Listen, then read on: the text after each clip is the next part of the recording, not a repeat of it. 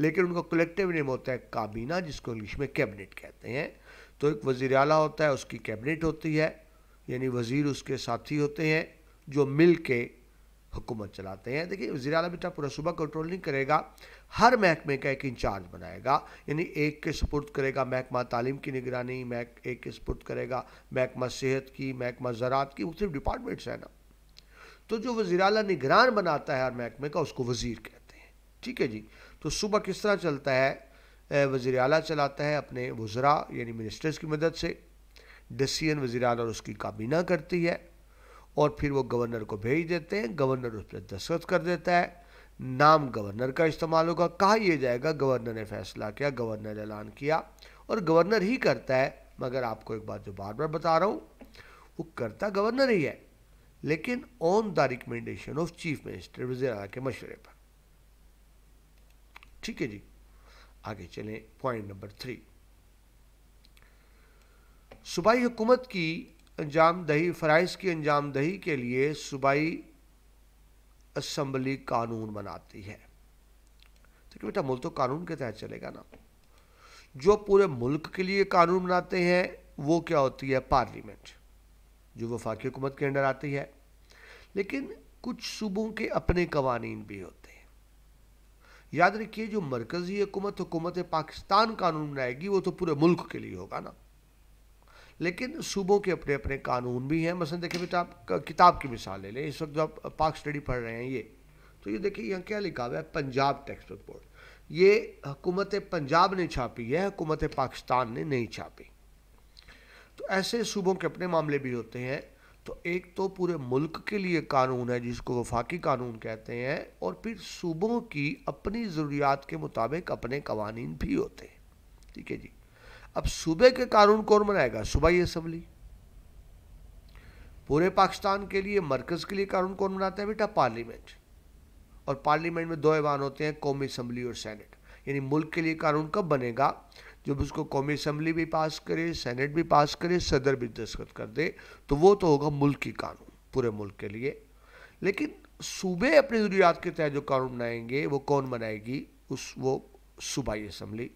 اب بیٹا یوں سمجھیں کہ جب الیکشن ہوتے ہیں نا، عوام ووٹ دیتے ہیں تو 2 بیلٹ ہوتے ہیں، یعنی 2 پرچی ہوتی ہیں جن پہ انہوں نے ووٹ دینا ہوتا ہے. ایک پرچی ہوتی ہے قومی اسمبلی کے لیے، وہ جس کو ووٹ دیں گے وہ قومی اسمبلی کا ممبر بنے گا فیڈریشن میں. دوسری پرچی ہوتی ہے صوبائی اسمبلی کے لیے، یعنی ایک جو ووٹ کی سلپ ہوتی ہے، اس کو ووٹ کہتے ہیں، میں پرچی کا اس کو ووٹ کہتے ہیں. 2 ووٹ ڈالنے ہوتے ہیں، ایک صوبائی اسمبلی کے لیے، ایک قومی اسمبلی کے لیے. جو آپ صوبائی اسمبلی کے لیے ووٹ ڈالتے ہیں تو وہ جو امیدوار کامیاب ہوں گے وہ صوبائی اسمبلی کے ممبران بنیں گے. صوبائی اسمبلی اپنے صوبے کے لیے قانون بنائے گی. اور دوسرا جو آپ قومی اسمبلی کے لیے ووٹ ڈالتے ہیں تو وہ قومی اسمبلی میں یعنی مرکزی حکومت بنے گی. عوام بیٹا ووٹ صرف 2 ہی دیتے ہیں، قومی اسمبلی، صوبائی اسمبلی.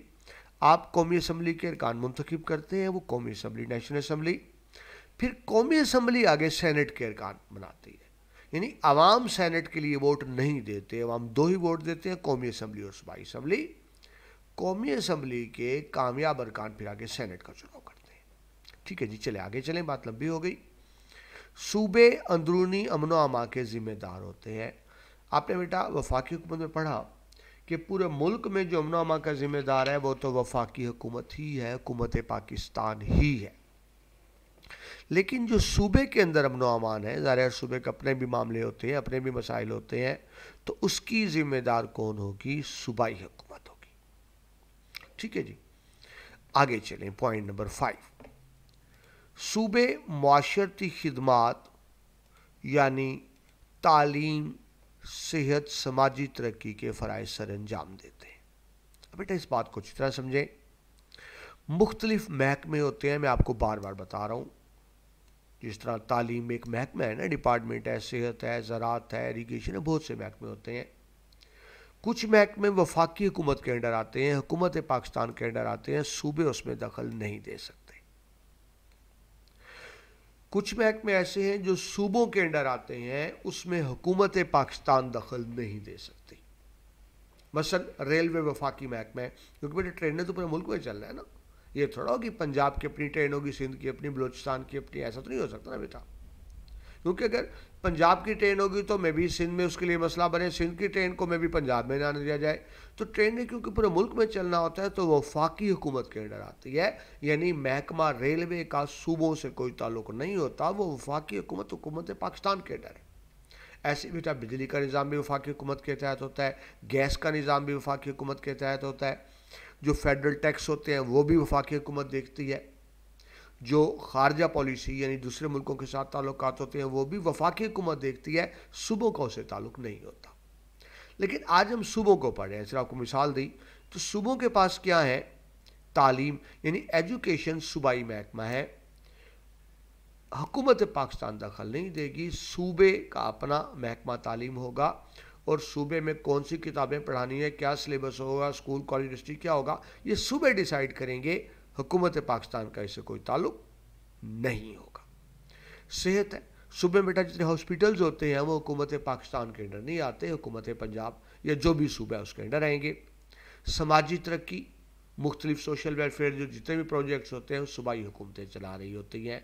یہ تو صرف نام دیے ہیں. پھر آپ دیکھیں ملک میں جو صوبے کے اندر روڈز ہیں وہ بھی صوبائی حکومتیں دیکھتی ہیں، جو ایریگیشن زراعت ہے، کھیتی باڑی، ٹیوبویل، یہ بھی صوبائی حکومتیں دیکھتی ہیں.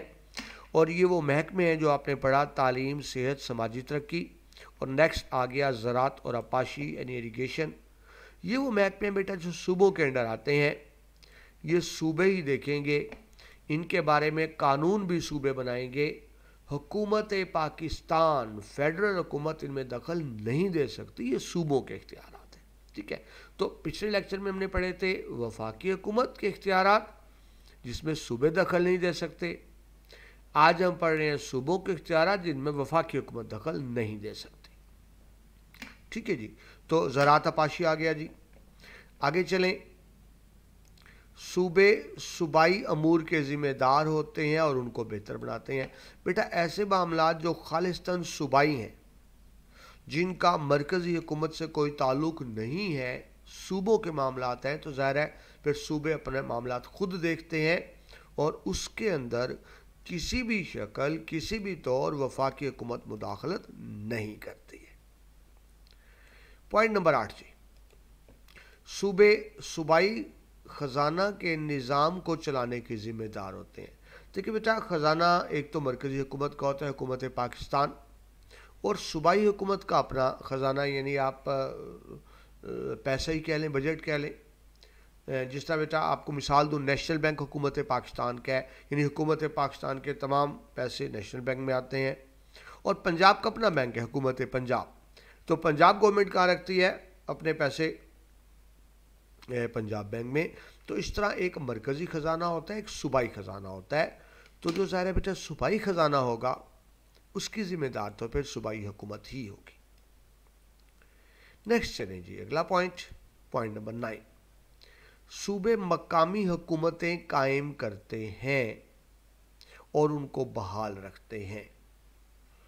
صوبے میں غربت کی کمی کے ذمہ دار بیٹا مقامی حکومت، لوکل گورنمنٹ. آپ کو پتا ہو کہ پاکستان میں 3 درجاتی نظام ہے. پاکستان میں 3 درجاتی نظام ہے. سب سے اوپر حکومت پاکستان، ظاہر پورے ملک کے لیے ہے. اس کے نیچے صوبائی حکومتیں، حکومت پنجاب، حکومت سندھ، حکومت خیبر پختونخوا، حکومت بلوچستان، یہ صوبائی حکومتیں ہیں. ان کے نیچے پھر ڈسٹرکٹ گورنمنٹ بھی ہے، ڈسٹرکٹ گورنمنٹ لاہور، ضلعی حکومت لاہور، ضلعی حکومت ملتان، ضلعی حکومت پنڈی، ضلعی حکومت فیصل آباد. تو یہ 3rd سٹیج بھی ہے ضلعی حکومتیں، ڈسٹرکٹ گورنمنٹ. یہ الگ بات ہے کہ اس وقت آپ کو پتا ہو بیٹا اس وقت ڈسٹرکٹ گورنمنٹ افیکٹو نہیں ہے. ٹھیک ہے جی، لیکن بہرحال جو مقامی حکومتیں ہیں ان کو بنانا، ان کے الیکشن کرنا، ان کو قائم رکھنا، یہ بھی صوبے کی ذمہ داری میں ہی آتا ہے. ٹھیک ہے جی. صوبے میں غربت نہ ہو، صوبے کو غربت سے بچانا، یہ ذمہ داری بھی صوبائی حکومت کی ہے کہ وہ ایسے اقدامات کرے کہ صوبے میں غربت نہ ہو. ویسے تو بیٹا یہ مرکزی حکومت کا کام ہوتا ہے اس چیز کو دیکھنا، لیکن صوبے بھی بہرحال اپنی حد تک، اپنے صوبے کی حد تک، دیکھیں مرکزی حکومت پورے پاکستان کے لیے ذمہ دار ہے، صوبے اپنے صوبے کی حد تک ذمہ دار ہوتے ہیں. ٹھیک ہے بیٹا، تو یہ آپ نے کچھ فرائض دیکھے صوبائی حکومت کے، لاسٹ لیکچر میں ہم نے دیکھے تھے مرکزی حکومت کے، آج صوبائی حکومت کے. وائنڈ اپ کر دوں اگین بات. پاکستان وفاقی ملک ہے بیٹا، جہاں ایک مرکزی حکومت ہے. حکومت پاکستان ہر صوبے کی اپنی اپنی حکومت بھی ہے. کچھ اختیارات مرکزی حکومت کے پاس ہیں، صوبے اس میں دخل نہیں دے سکتے. اور کچھ اختیارات صوبائی حکومتوں کے پاس ہوتے ہیں، ان میں حکومت پاکستان مرکزی حکومت دخل نہیں دے سکتی. اس کی آئین میں وضاحت کر دی ہے تاکہ ملک کو صحیح انداز سے چلایا جا سکے. تو یہ بیٹا ہم نے مکمل کر لیا. امید ہے آپ کو بیسک کنسیپٹ سمجھ میں آ گیا ہوگا. میں آپ کو بیٹا سمجھا بھی رہا ہوں، ساتھ ہم بک ریڈنگ بھی کر رہے ہیں کیونکہ سوال بہرحال آپ کو بک میں سے ہی آنے ہیں. ٹھیک ہے جی. تو یہاں پہ بیٹا لیکچر کمپلیٹ کرتا ہوں. اینڈ پہ دوبارہ بتا دوں، آپ کے چینل CMM لیکچرز کا نام چینج کر کے علم و ادب کر دیا گیا ہے، کیونکہ اب یہاں صرف لیکچرز نہیں ہوا کریں گے، آپ کچھ اور بھی مزے کی چیزیں دیکھا کریں گے. اپنا بہت سا خیال رکھیے گا، مجھے دعاؤں میں یاد رکھیے گا. اللہ حافظ.